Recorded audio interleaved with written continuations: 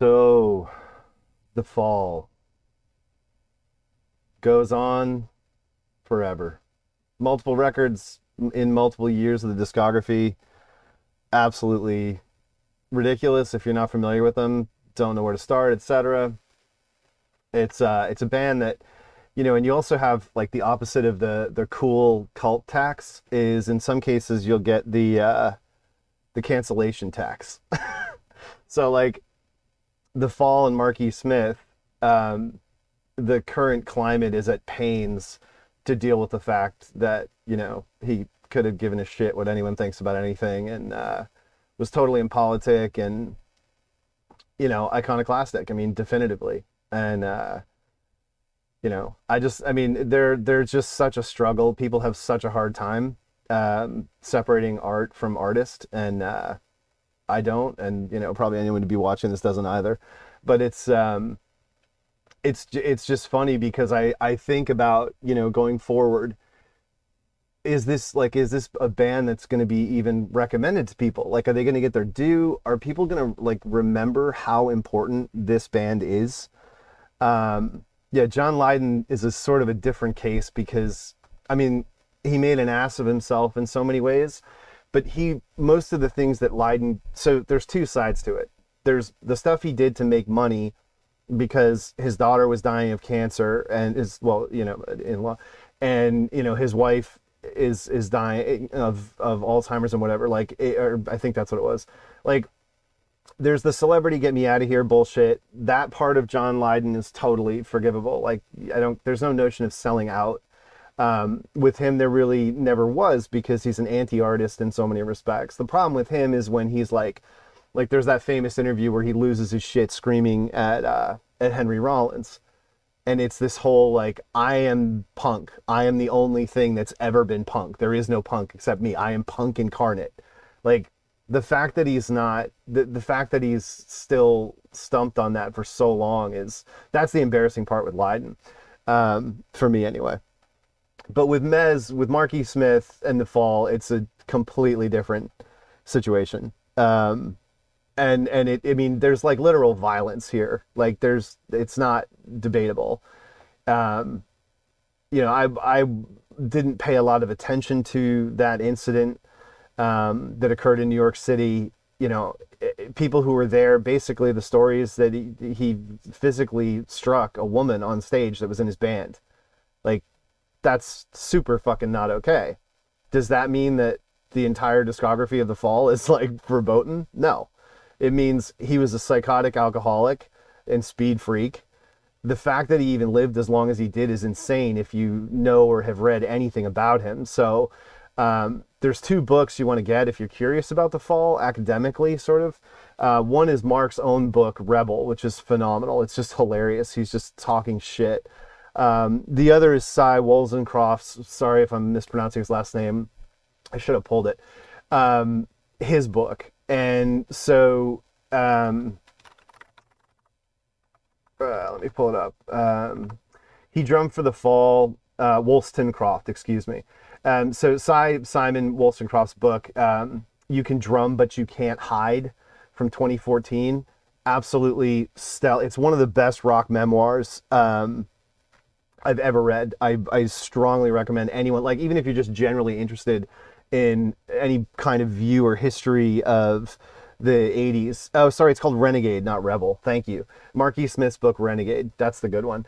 But Cy Wollstonecraft's book is really phenomenal. And then, it's just he's a working drummer. He's not just in The Fall. He drummed for Ian Brown when he went solo after Stone Roses broke up. And he's just got all these really incredible stories of like kind of what it's like, trying to work in music at this time.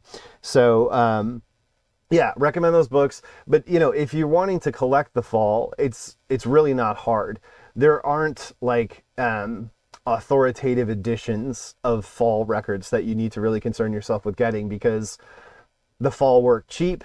Marky Smith was all about the process, about repeating the process and continuing to push out and release new material. And so the records never really sound great. Plus, he wants spontaneity all the time. That's M.E.S, that's Marky Smith's whole thing. He's like, The second we do it twice, it sucks. We've lost all the originality and energy. He wants the mistakes. He wants the first takes. He wants the jamming. And at various points, you know, there's a number of phases to a band that's been around for this long. You have the truly like innovative first post-punk material, even though they've been around and been playing, you know, jamming, conceptually doing whatever for a long time. They don't put anything out until Dragnet in '79, really. And so they're sort of, they debut and become like a talking point, much like Joy Division, not necessarily in relation to punk, but in relation to the Winter of Our Discontent, which is essentially 1979 in England, the dawn of Thatcherism. All these other themes are far more important than the exuberance and novelty of punk, which is really burned out and is gone by 78 even.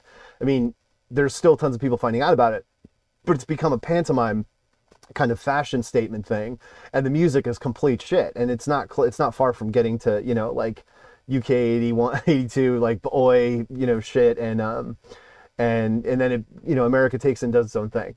The Fall are not like a band that is twinned with that, despite the fact that Marky Smith was there. Like he's at one of the two, if he's not at the first one, he might be at the Lesser Free Trade. He's at one of the early Sex Pistol shows. Like he's just around, similar to Morrissey. He's clocking everything. But he's a speed freak. Like he's a crazy fucking speed freak. And he's open about it. He said in his book, he says, I'm someone for whom amphetamines are relaxing. Like he claims that when he takes speed, he feels calm.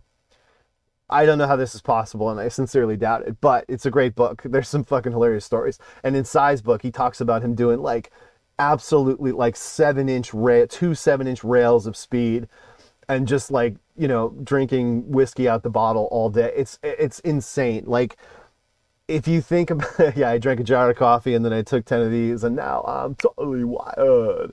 I mean, it's just like, there are like legendary promoted drug addicts and drug abusers, you know, and then there's like the Marky Smiths of the world, the Shane McGowans of the world, the Al Jorgensens of the world, people who like should not be alive, for whom this was not like performative. This wasn't like, look, Kurt Cobain's a junkie and suicidal, whatever, right? But I kind of think he was buying into a bit of an image with that. Like the dude from the Strokes, it was the drummer, right, who got Fab, who got hooked on heroin for a while, and he was like, I have known since I was 9 years old I wanted to do heroin. Like, you know what I mean? Like it's just part of the image that he was into and fixated on. Like he wanted to do heroin performatively to fulfill the sense of knowing what that was like, and like that's going to make him part of the heroin club. Marky Smith is just something totally different. It's nuts. And again, read those books if you want to get a sense of it. But it is insane. It was Albert, the guitarist. Sorry. Thank you very much. Yeah. I mean, I love the Strokes music, but like having come up and been around at the time they were blowing up, like I'm not interested in their history, like, because I was there, and like they're just a bunch of fucking rich kids that were doing their shit, and I fucking love them, and they're an amazing band. But, you know, bands from England in the late 70s are alien to me, so it's an academic thing, and I'm also American, so it's all like what you learn, and so it's necessarily mediated. It's, you know, the same way Americans have such a different worship when they did of Bowie in the phases he did. So with The Fall, if you're going to start collecting them and you don't know anything about this band, or like you're just into, let's say, indie rock, like let's say, okay, you're a Pavement fan, you don't want to start with the early stuff. The really early stuff is it's so funny. Like I honestly would liken it to jazz in the sense of it being drawn out, extemporaneous, shout speak poetry, and just, you know, confrontational. Like, look, if you don't know, there is a song where Marky Smith says the N-word. Okay, we're that far back in history. Whether this is considered some kind of artistic dare and he's trying to push an envelope, who cares? But that's out there in one of their most famous songs. And there's an apocryphal joke that at some point Motown like wanted a demo from the fall and heard this song. Now that's probably bullshit, but that was the kind of joke that was going around trying to illustrate, this is a problem that you did this, for a lot of people. But back then, different world. Anyway, if you're sort of a casual indie rock, pavementy fan of underground rock and roll or whatever, you probably want to be, in my estimation, starting with Perverted by Language, which has got a good blend of the raw and also starting to get like straight ahead structures. And then if you like more polished kind of new wavy sounding stuff, or more modern bands like I'm not making a sonic comparison, but modern bands that are really slick and well produced, like whatever we would talk about, like Big Thief or something. I don't know. I mean, they don't sound anything like them, but if you like slicker, cleaner stuff, the late 80s is into the 90s is like this period where he's with this woman called Brix, who he met in Chicago, and they kind of instantly fell in love, and that's a whole other story we'll get into. Ultimately, if you've not heard The Fall, my recommendation is to start with one of my favorite LPs of all time, but it's a compilation, which is Palace of Swords Reverse from 1987. This is released on COG Sinister, which is The Fall's label, and it is the guide to early 80s singles. The kind of sound of this band that's the most kind of approachable and agreeable. And I have this on vinyl just because it's such an iconic sleeve for me, and I want to be able to read the liner notes, which I can't on a CD anymore because I am old. But I do, funnily enough, have this on CD as well, which is far rarer, especially to find in America. And the craziest thing about it is that I found it in an upstate New York grocery store called Price Chopper for $6.99 shrink wrapped. No joke. 1994 in college. This was shrink wrapped. It was part of like a whole. So the mob ran a record store, a record chain in New England called Strawberries. It was run by the Genovese crime family, like straight up. It was fronting and laundering mob money. There were a number of Strawberries franchises, and they participated in this scheme that was occurring in the 80s, which is that unsold CDs would be mass warehoused and wrapped up in trucks and pallets, and just cycled all around New England and all over the East Coast, really, until their reach wears out. And Strawberries wasn't the only chain participating in this. So, like, you would eventually get, like, a time decay where something fell into this status, and it would just go anywhere. And somehow this ended up in a Price Chopper in Saratoga Springs, New York. And it's just phenomenal. Like, it was the funniest thing, and it has only gained in hilarity over the years when I've seen how record collecting and scarcity and things work. It's absolutely absurd that happened. One of my funnier record geek stories. But so yeah, Palace of Swords Reverse, this compilation is going to get you all the really catchy early post-punky kind of singles, like How I Wrote Plastic Man, aka Elastic Man, Pink Press Threat, Pearl Art Threat, two of my favorite, and honestly, the song that most people get into the fall through from this period, Kicker Conspiracy. This was a really kind of, this presages, this is the song where Marquis Smith has a famous quote where he says, like, fucking Pavement driving around in my BMW, and he's right. Pavement was an absurd ripoff of this band in so many respects, more than REM, more than anything else. And Kicker Conspiracy is really like, and Wings, which is more of a drone kind of song. These two, this was a one single. These two are probably my absolute favorites. But Kicker Conspiracy is actually an approachable mid-tempo song, with some good changes. And it's one that, if you want to understand what this band sounds like and whether or not you want to explore them, I would say go there. Fit and Working Again also is just such a cute, it's like, it's got like it's got bones in it. And it's just got a really loud acoustic guitar. It's only like 2 minutes long. It's such a good tune. All of these are, and you get a good blend too. Totally Wired is like the most post-punk, Tom Dunga Dunga song they have. But An Older Lover is on here too, which is an interesting way to get exposure to their kind of like dark, winter, frigid, long form drone, kind of German, very German, hollow pieces. And those are all over. I mean, one of the most famous ones in the early days is Garden, which is that Grotesque or Perverted? I forget. It's Perverted, isn't it? Is that where Garden is? Yeah, Garden. 8.5 minutes long, and it's so good. Like, this record, again, if you wanted to start properly with an LP to listen to front to back, for me, it's Perverted by Language. It always has been. Now, because of my age and taste, I differ with a lot of people and with my peers at the time in Pitchfork, who were all about This Nation's Saving Grace, which is a totally mid-tempo record that I'm not a huge fan of. By this point, you've got Brix in the band, and Brix is, saying, like, we should make pop songs, and you're fantastic, Mark, and I love you, and do this. Garden is one of the greatest songs ever, man. I mean, I just absolutely love it. But this record, This Nation's Saving Grace, is the one that, like, a lot of Americans first heard, and it's very mid-tempo. Bombast, L.A., Spoiled Victorian Child, like, these are relatively approachable mid-tempo songs. So, like, you could get into this and like it.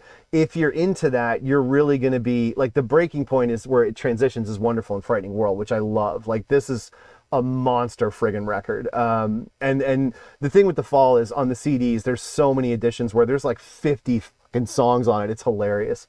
But Lay of the Land, oh, I love this record. It's really overlooked because people tend to go for Perverted, which is kind of the perfection of their early 80s, songwriting change. And then, Wonderful and Frightening World is this, like, in-between moment where things have started to change. And it's when Brix comes in. I mean, she's already in, but it's when she really starts to change it. So you don't have stuff like Tempo House and Garden. You have more Neighborhood of Infinity, which is basically like it's like a straight ahead 4/4 rock song. She takes that and pushes the band in that direction. And Mark wants to go with her. I mean, they're together, they're in love, whatever. And this stuff really peaks on the Frenz Experiment. I mean, this is where they're doing dance songs, which is Hit the North.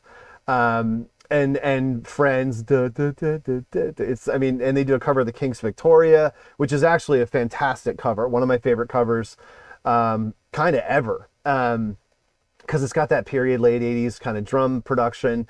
You've also got some long, crazy stuff on here, like Brother Knox. But this is one where Hit the North's not on the album proper. It's a non-album single. And so this is where you start talking about maybe deluxe editions, because The Fall are all, again, like I said at the top, they're all about output. There are so many good songs, and it's like what ends up on the record and what doesn't, and what ends up on B-sides, like, it's sort of indistinguishable, and everybody has their favorites, and it sort of doesn't matter where they're from. So, this is sort of their peak in terms of being taken seriously as a straight English band. Like, from 86 with Ben Sinister, this is the first record that actually gets distribution in the United States, is Ben Sinister, which is a pretty contested, controversial record in terms of the Fall fans, what they think of it. A lot of people, like, saying Ben Sinister is your favorite Fall record is like saying The Top is your favorite Cure record. Like, it's a really dark, indulgent, dirging, effed up record. It's a major slab of, like, just, again, dark, indulgent, punishing shit. It's interesting though, like, Craig Scanlon, the guitarist, this record is a really underappreciated example of his stuff. And I don't think Mark really had his shit together on this record. This is Wollstonecraft's one, I think his first or second record with him. Can't remember. Maybe I have that backwards. It's the second to last. I can't remember. Anyway, this is a really fascinating record for fans. Shoulder pads number one. That's a rocker. That's a ripper. But it's from there they go for it, and you have this. They do this ballet performance, which is absolutely insane. And this very extremely slickly produced record, I Am Kurious Oranj, with New Big Prince, which is like a straight up, it's like, it's just like think about like Love and Rockets or something. It's just this awesome floor tom, blues scale climbing drone, and Mark is just howling. Like it's one of their strongest tracks. And then you have this really, strange, emotional kind of plucking guitar ballad in excuse me, in, I forget, is it Jerusalem or Kurious Oranj, the title track, the one that's like yeah, it's the Gary Glitter beat on New Big Prince 100%. Anyway, one of these songs is very beautiful and not like The Fall at all. It's totally a Brick song in the sense that it's like straight up mid 80s kind of gothy plucking, and I mean, Mark's there howling in it or whatever, but right at the beginning, there's some really strong, heavily commercially produced stuff on this record, and it could be a really good entry point. And in England, finding fall CDs is pretty much, again, drink coasters. It's not going to be hard. They were on beggars all throughout the 80s. These records have constantly stayed in print. Where it gets a little dicier, so like you've gone through, I didn't talk about the really, really early stuff. This is where it's just like crazy on speed, jamming, basically recorded live, absolute lunacy. And the drawn out jams, Spectre vs. Rector and the stuff like that, this isn't really kind of my favorite fall move, the long jams like No Christmas for Jake Junkway and NWRA and the classical and stuff like that. The on Hex is really where this peaks, and it's absolutely just nuts. The classical and Winter and into Winter 2 and This Day is almost 11 minutes. This is a whole different vibe. Hit Priest is infamously one of their most cherished anthems, but this 8-minute jamming poetry jam stuff, that's the early part of the fall, and that's something that is or isn't for you. If you're into that kind of like Zappa, Beefheart, crazy authentic personality jam thing where or Can, maybe, I mean, obviously Marky Smith was massively influenced by all the Faust and the German krautrock bands. If that's what you're into, you do actually want to dive headlong into early fall. And again, if you're starting out, there's so many good compilations. This is one of my favorites. I had reviewed this on Pitchfork when it got reissued in 03, I think. This very similar to Palace of Swords. If you got this, the early years comp, which is their tight, short, early singles, if you get this and Palace of Swords reversed, you've got like the first two waves of the fall really nicely buttoned up. What you don't have is the jams. And for the jams, you want to get Hex Enduction Hour, and you want to get, potentially Dragnet. But there's also a compilation that is really also appropriate for that stuff. But here you've got like one of my favorite fall tunes ever, which is Second Dark Age. It was one of the first songs that really got me hooked on them big time. Psycho Mafia and Bingo Master's Breakout and Repetition. These three songs are the start of the fall in the popular consciousness. This is when John Peel is like, this is such a Mancunian, real English band. They have a real voice. The same way people said that shit about Morrissey and the Smiths.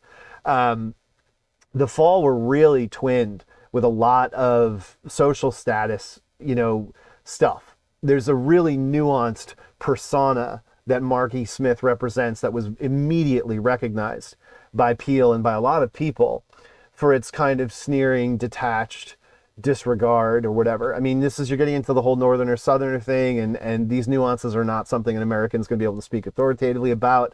But, if you think about the fact that, essentially Stephen Morrissey and Marky Smith are like living down the street from each other and are like essentially not that far apart in age, and they both come out and do these two different things that are so dramatically different and yet are both recognized as extraordinarily local, salt of Salford, salt of the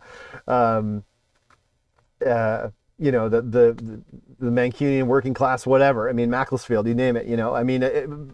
Marky Smith is from an area, a really specific area that I'm forgetting. That's like up here, and there's Macclesfield. Like, again, I don't need to know this, but actual neighborhoods have such more definition, in cities like Manchester and in England. So the nuance of that is probably going to be lost on you if you're an American listener, and that's fine. You don't need it, but the further you try to understand it, it's actually very rewarding to the extent that you can, and we can't. Press Switch, thank you. Somebody came through. Stayed up late for that if you're actually over there. Yeah, so he's from Prestwich, which like this means something really dramatic to somebody from Salford. And you if you ever say Salford, you get stabbed. Um, there's a like it's salt, it's Salford. That's a really big deal. And then this is important because I'm a guy who's mispronounced some place names in these streams and been battered ruthlessly and deservedly for it. Anyway, Rouch Rumble, I probably mispronounced that. There's so, like this whole thing is just all the early like tight, short, pogoing speed shit. So that, this is the other comp I was talking about. Hit Priests and Kamerads. This has got the jams. So here you're getting Hit Priests, you're getting Mir Sud Mag Editor, you're getting Hard Life in the Country, I'm into CB. These are like, this comp was so epically legendary. And now I'm sure there's like an edition that's just like, 75 track deluxe edition. I actually have this too. This is the first thing they released in America. I found this somewhere for like $1. This is just like when The Cure did Boys Don't Cry and PVC signed up to do a comp and like take a flyer on breaking an English band in America. PVC did like a shitty maxi single called The Fall. And it's just like, it's not even a good track list. It's just absolutely bizarre. It's such a weird thing that happened. I can't imagine paying anything for that. So, as I say, The Fall, if you're getting started, go for the comps. 77 to 79 early years, Palace of Swords reversed, and then A-sides. So it's like all three of these phases are perfectly collected. When you get A-sides, you're getting LA, you're getting Cruiser's Creek, Creep, all the hits from that Bricks 80s period. Victoria, Big New Prince, Jerusalem, that was the one I was thinking of. They excised the Dog Is Whatever piece. Jerusalem is the emo song.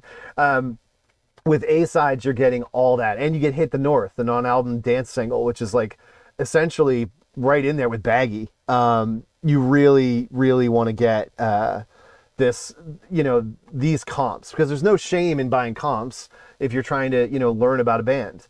And unfortunately, I doubt you're going to find Palace cheap, even though it's been reissued. There's a lot of copies in the States. That's good to see, but only 9 CDs and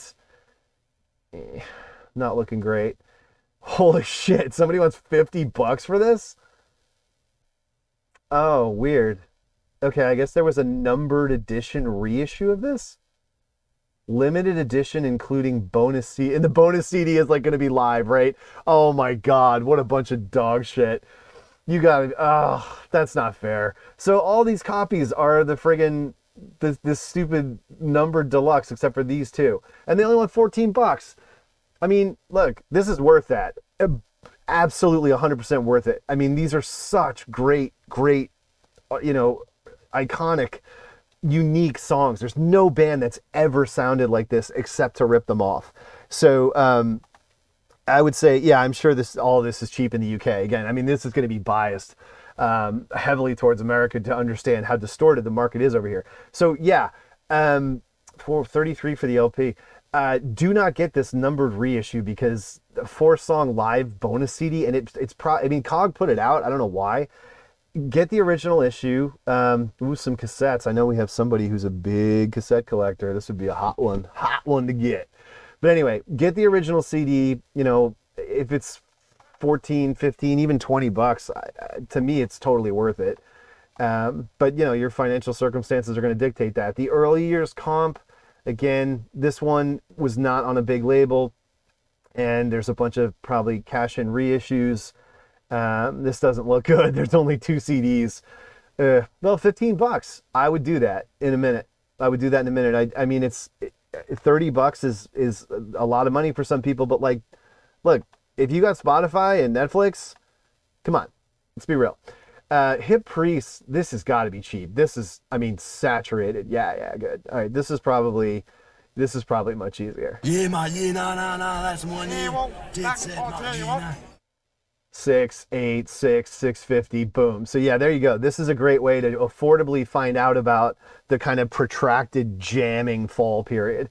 And honestly, if you're a Gen Xer like me, this cover is totally iconic. As weird and stupid as it is, the color, everything, I just see that and it's like, I remember that one. But that's an advantage here again, is that you can do this with comps. A side, this should literally be a 50 cent. Like, there's no way you should be paying more than $5 for this ever. I mean, to say nothing of if you're in the UK, but even in the States, this was a major release. It was absolutely nationally distributed, big time. And yeah, so 5, it looks like, is where we're trying to, I mean, that's rich if you're in the UK. Here, it's bearable, but this thing was like $1 and should be, honestly. There's so many copies of this goddamn thing. So look out for that, you know, because it was produced in such numbers that you probably can find it in retail brick and mortars. The B-sides one, which is even longer, as you'd expect, being a B-sides comp, is a little bit sillier, but you do get Creep and some others, Clear Off, that are great. But it's, you know, it's up through this point, through the 80s and 90s, you're able to get this really wonderful summary of the band on 3 distinct compilations, and that's really how I'd recommend you go. After that point, it just becomes like awful cash-in crap, the Receiver Records period, Castle gets involved, Castle Communications, and you can just see this whole thing becomes like Marky Smith fighting with labels not wanting to spend money on them, him being volatile, and you know, essentially Castle Music ends up being, you know, as a budget reissue kind of effort, they end up doing all these comps, and they're really repetitive. It's the New Thing, the Step Forward Years, and then the Totally Wired comp, which is excellent. This came out, I reviewed this on Pitchfork as well.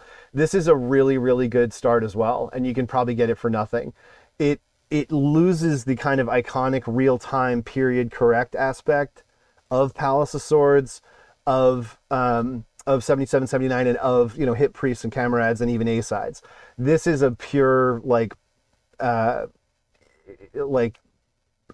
basket. It doesn't feel like the way, because it's such a survey, I guess is what I'd say. It's a survey. So it doesn't feel like the way those compilations felt. It doesn't present an image of the fall that was presented in real time with a purpose. It's totally retrograde and all over the place.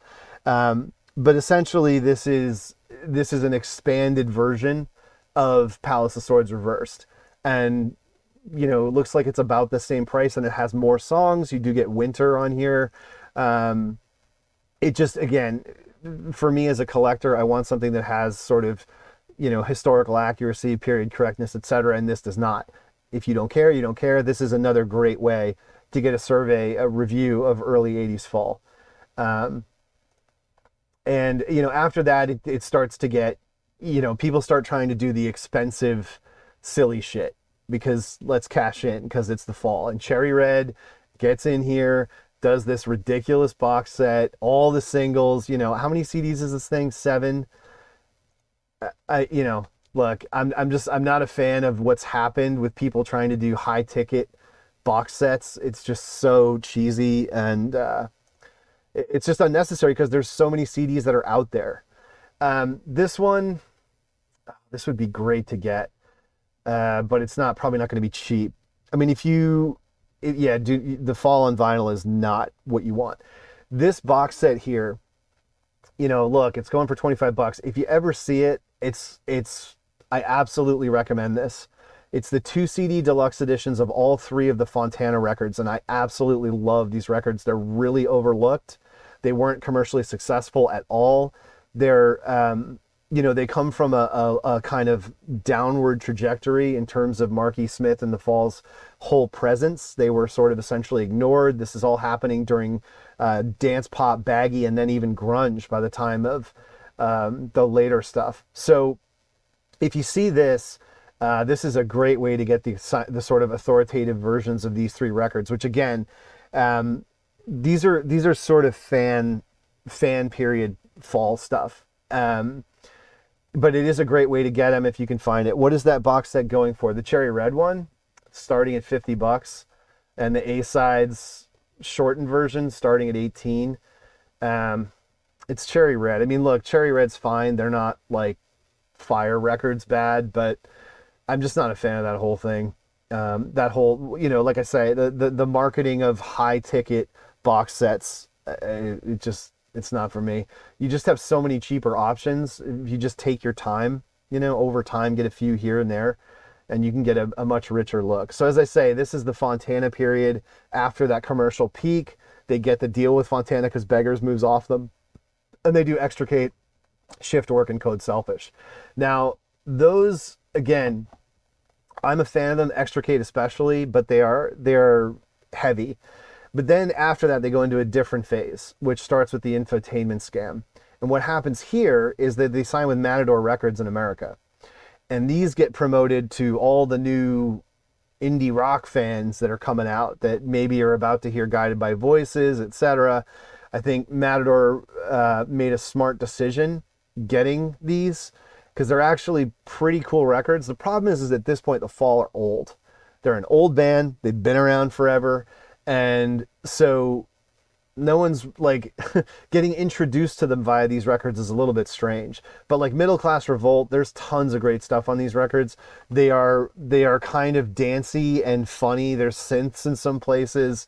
Pass Gone Mad, great. And they're not lights out strong records, but it's a really interesting little period. It doesn't last, unfortunately, because immediately after that, it dumps out and you get the Castle Records period coming in. And the worst sort of, problem is the Receiver Records period, because this is actually some of the Fall's strongest work. In the late 90s, Marky Smith, he could have probably died. His alcoholism was so bad at this period. Yeah, and he was having so many interpersonal issues. He was just really straight up fucked up. It was bad. And what came out of it, though, is some of the band's strongest and craziest material. The run here for me is Light User Syndrome, Levitate, and the Marshall Suite. Now, there's a whole bunch of other shit spread around in here. There's, that's all cobbled together and whatever. But these three records, if you want to check out some of the heaviest stuff, and the Unutterable too. It's 4. Because Light User is kind of weird. It's like this is the peak of Britpop, and Brix is back in the band, and they're doing this like really well promoted kind of all over the place record that has lots of different sounds to it. Cheatham Hill's always been a lot of people's favorites. There's a lot of like DIY Meat's awesome, the opening track. There's good stuff on this, but I guess I would say that one's a little bit lighter, and it's really Levitate, Marshall Suite, and the Unutterable, where it's like crazy heavy. This stuff is I would say unfortunately overlooked. Like someone who's an academic who's into kind of music historically, whatever. They may not understand how strong and how dark and how cool the Fall's output was at this time. And, whether these records are easy to find or not, I'm not sure. They run hot and cold. At the time, they were everywhere because no one was buying them. And so they were really easy to get. Levitate looks like, yeah, it's like a $10 situation on Discogs anyway. But, look out for it because Fall's a record store, record collector, record geek band. So in retail stores, they usually trade pretty heavy. Like record stores get Fall records and have had Fall records for years. So this might be one where in some cases you're going to be better off. Yeah, Marshall Suite's not coming in. So this has their probably their greatest pop anthem, which is Touch Sensitive, leading it off. There's an amazing dance remix with like a 4 on the floor oompa beat over it. It's just a simple like EG, there's nothing to the song, but it's so good. There's all these cute little short kind of blurts in this record that I thought were hilarious and fun and disposable. And then of course they came back with this, which is one of the harshest, craziest, darkest records they ever did. Dr. Buck's Letter is an absolute like murderous fucking tune. It is so brilliant and just grinding, chugging, heavy shit. The whole record, Two LeBrons, is such a fucking bomb too. Even Sons of Temperance, like this is one of their strongest records, and it caps this run, as I say, of really kind of a renaissance, if you will, in the mid and late 90s for the band. The World of Tong. Yeah, that's one of the ones. I lost my temper with a friend, mocked him and treated him with a rudeness. So then they kind of go sideways a little bit. Again, there's this like, are we coming back? And then a bunch of crazy comps and shit get kicked out. Are You Missing Winter? This is fantastic. I love this. I have this on CD. And this is all kind of, detritus, but some of it's great. Kick the Can, crop dust or whatever. Yeah, so good. But then they did all this reissue stuff on Cog Sinister, and this is all Mark, like stuff he's like kind of puking out, and it's super sketchy. Like this '83 Reykjavik show, this sounds so bad, but it is a great performance, and it's that jam period where it's like all 8-minute songs. I seem to remember this just being an extremely blown out bootleg kind of tape that does not sound very good. But out the other side of that, you get the Real New Fall LP. So this is the one that leaked. This was supposed to be called Country on the Click, and it leaked. So this is 2003. This is the era of leaks. And this record leaked, and Marky Smith was like super pissed about it, and he changed it. I think he even re-recorded some of it. Like, it's fucking crazy. But Theme from Sparta FC, Protein Protection, Janet, Johnny, and James. There's some good jams on this. By this point, though, The Fall has definitely become like a thing. Like, it's Mark gets in, going to Spain. Yeah, totally. Mark gets in and a headspace where it just becomes like bang it out. And a lot of the stuff is, it's just not, it doesn't really stand up. It's not extraordinary. And his health is starting to fail, honestly, already at this point. But there are a couple of high points at the end you want to check out. Imperial Wax Solvent, I think Mark rated this super high in the catalog. It is a strong record, and I definitely recommend checking it out if you're wanting to go deep and understand all the different phases of the discography. But there's just, at this point, the whole thing is really falling apart and getting crazy. This, no, not Last Night at the Palette. Where is it? I missed Reformation post TLC. This is another one that this is such a wonderful cover. It's so good. This is another one you definitely want to check out. And this should be, these 2000s ones, these should be $2 all day. Heavily still in circ and all over the place. So it's, yeah. Well, I don't know what this edition is. Narnak Records. Yipes. Well, that's an appealing cover. Didn't know about that. Try and get the slogan edition if you can. There's one for $5. That's pretty sweet. It's, again, there's a couple of highlights, surprisingly, at the end, as the band is becoming, I don't want to say stubborn, but it's becoming this thing where this is what Mark does, and he just keeps doing it. And at some point, he's like getting wheeled into the studio here. It's a rough time, and everything starts to go downhill, and I don't, where is like the last interesting thing? I don't know. Does anybody have like an opinion, like where this ended? You know what I mean?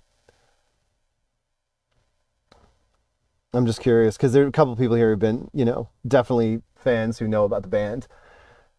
But for me, it's pretty much like Reformation TLC is the last one I spent any real time with. Blindness on Jules Holland was the first thing I saw. Wow. Okay. That's out. That's way out. Anyway, they're a really important band and various phases of them. And again, the fact that compilations give you such a good window into them. Auto Chip is the last great song. All right, I'll go back to it. See what I think. They were around forever. They were so many different things. It's somebody who just never stopped doing what he was doing. And, you can find your place, like, which part of this band is the part that speaks to you. I didn't mention Slates, and so this, essentially, if you're going to get this, you're going to look for the compilation, which is a twofer, Slates and A Part America Therein. This is one that you really want to get. As I say, a lot of this is duplicated on the Palace of Swords Reverse compilation, but you get An Older Lover, you get Winter. I mean, this thing is just an amazing, slice of what they were doing in 81, 82 as they transitioned into this Grotesque, the album Grotesque and Perverted by Language and Hex Enduction Hour. This run here has its own, its own flavor. And if you're into it at all, there's so much strong stuff. Grotesque, it's like not there yet, but it's, the NWRA is one of their most infamous, famous songs. You get New Face in Hell, which is fantastic. I mean, to call a fall song overlong is kind of missing the point, but I do think they could have made New Face in Hell like a relatively cool pop song almost, and it drags a bit. But, Impression J Temperance, NWRA Pay Rates, New Face in Hell, these are all like classic fall tunes. And this really, again, if you're kind of into alternative, indie, underground, punky, kind of shambolic music, this run, Grotesque through to Perverted by Language, that's your sweet spot. If you want to figure out whether or not the fall's for you, that's how you can get your answer pretty quickly. So I would recommend that as a focal point. Again, if you're somebody who likes like Echo and the Bunnymen and The Cure and well-produced straight ahead music, you want to start with Wonderful Frightening, This Nation's Saving Grace, and go up through Kurious Oranj. Trying to explain who would be into the Fontana stuff and then the kind of, honkin', more upbeat. I mean, if you're looking for stuff with more energy, that's kind of funny and snarky and whatever, Infotainment, Scan, and Middle Class, those two, because you can get them for almost nothing, I would assume. I didn't look, did I? Yeah, $2.99 all day. Middle Class too. These should, I mean, in America it was on Matador. There should be so many copies of these. That's a fun little period that you can get checked out for cheap. I mean, it's an unending discography. It's got so many phases, and they're such an important canonical band. I'm not going to tell anybody how to approach what their attitude is toward, again, like I say, art and artist. But I just, what's captured on the records, the persona, the personality, it's blaringly loud in a way that very few bands ever accomplish. Nobody puts through the amount of who they are and where they're speaking from cerebrally that Marky Smith did. There's very few artists that have ever even been close, and he doesn't even sing. I mean, it's poetry. It's combative. It's very much in the school of a Velvet Underground in that way. It is not intended as a song in that way, and even the songs that are songs in that classic way, and even during the pop period, have such a sneer and a wink to them. It's just it's really just there's no. To me, there's just no band like this, never has been, never will be.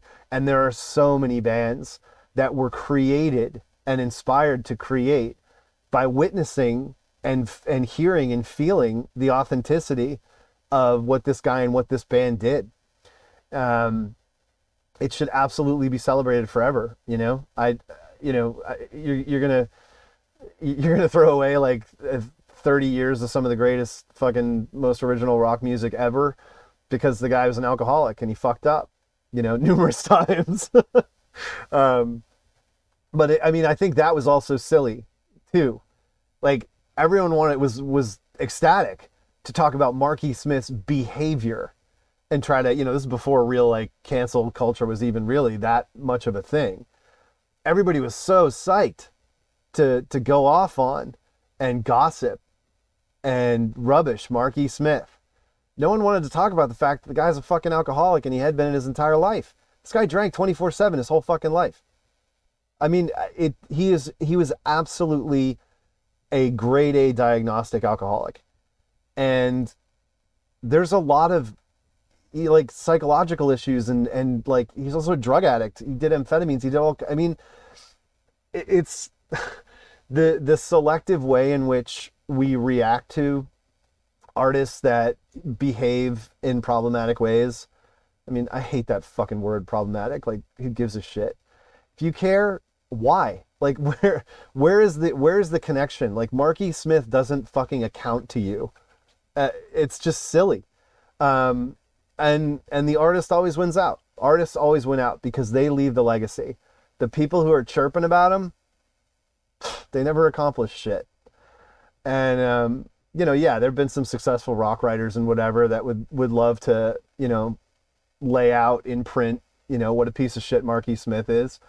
I think about when fucking Sean Hughes died, another alcoholic who drank himself literally to death, and the shit people were writing about him, like right after he died, people were outraged. They were just like, this is fucking horrible. What are you doing?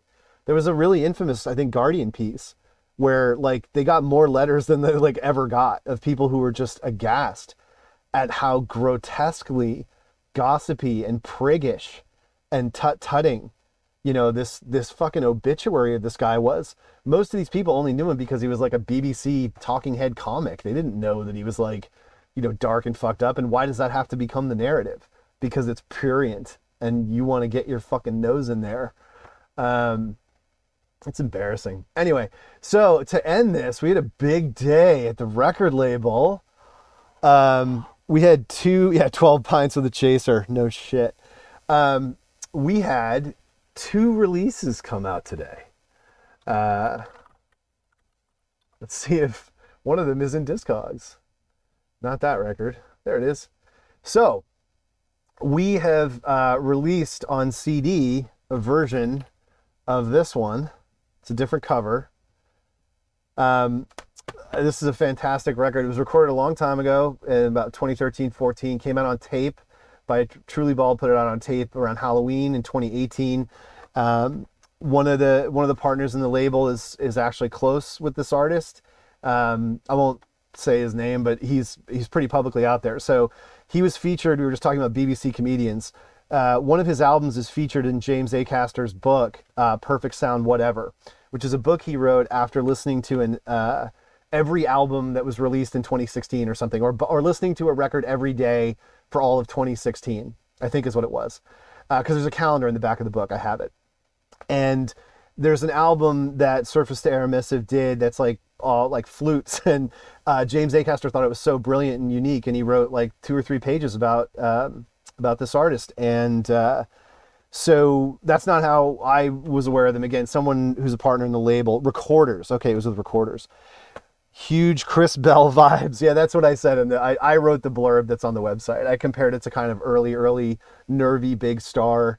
Even like the tighter like Friction television stuff. And then, look, to be more recent and transparent, I can hear a lot of Deer Hunter and the artist is in Athens and this was done in Tallahassee. So like, I'm guessing that was in the wind. But anyway, we're really excited to have this out. If you go to mutualskies.com, you can pick it up. And you can also pick up, while we're talking about doing something for hold on a second. Doing something for 365 days a year. We have published a second edition of the hardcover of Pain Don't Hurt. Sean T. Collins' enormous tome, 365 essays on the film Roadhouse, starring Patrick Swayze. Another alcoholic that we've lost. I don't know if I should say that. But yeah, this is the book, this is the project that led me to start this, imprint record label. Came out in late 2020 and sold out in 48 hours. We did 100 copies, it sold out in 48 hours. So then we did it on paperback, and Matt Stoller-Zeitz exclusively did this through, he runs RogerEbert.com and has his own publishing house, MZS World, which is now MZS.press. For 3 different runs, he sold the paperback of this. That's now sold out as well. And so now that there's a reissue of a new 4K ultra high def issue of Roadhouse that's coming out on Blu-ray, we wanted to get that out. Vinegar Syndrome put that out. It features a unique essay from Sean Collins and another writer. And yeah, unfortunately, producing a book in this environment, this economic environment, is not cheap. So that sucks. But you know, we've in how we're running this label, we've really aggressively tried to find ways to produce cheaper, and that's why you can see like our last 2 CDs are $8. Previously, they had been like 10 because we were using a different plant, and initially they were 12 because I was ordering them. This is before the other people joined the label, the company, whatever. I did these essentially myself and sourced these Super Jewel Box CDs from England, so they were flown over from England to America and like cost a shitload of money. And I mean, they're really cool looking. I'm really proud of them. I think they really complement these 2 releases particularly well. But yeah, they were not cheap. So yeah, getting this done was unfortunately quite a financial outlay. So unfortunately, you will see that reflected in the price, but that's the break. So this was color matched to the limited 1,000 copy Barnes & Noble vinyl edition of the Roadhouse soundtrack, which is back in the shelves, but I had it out to take this picture earlier today. I got a copy of this as a thank you to Sean and sent it to him, and then I got a copy for myself. It says it's on the thing, it says deluxe neon blue vinyl, but it is absolutely sea green, almost teal. And so I don't know if it was an error in the production, but they all look like this. Sean's looks exactly like this. And so we tried to color match it to that. We did some hot pink end papers, and really happy with how it turned out. Hope it does well. Hope we, continue to help promote Sean's writing, this incredible project, and everything he's been doing. He's still writing all the time. Super Jewel Box is a slept-on power move. Yeah, it was a Barnes & Noble exclusive. Yeah, they did only 1,000 copies of this. It's hilarious. It doesn't go for that cheap either.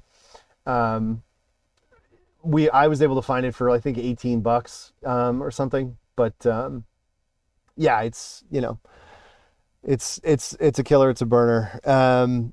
Arizona Iced Tea Green Tea Edition. Sure, you could say that. It's definitely hitting that too. I don't think that whole sad boy Arizona Iced Tea thing is cool anymore. I think that was like 3 years ago, right? If I go by what my kids were into. Anyway, so yeah, been a busy day. We got a couple of strong new releases for the label for you to check out. You'll get stickers if you buy them. And that's that. And so, yeah, and anyway, thanks for coming out. Really specific ramble run on the fall tonight. But a band I love, a band I encourage you to collect, and just wanted to kind of give clip notes on how best and easiest to be able to do that. So thanks everybody for coming out. Going to shut it down, and we'll see you Sunday at 2 p.m. Eastern, hopefully for the EU UK folks if they come through. Thanks again, everybody, and talk soon.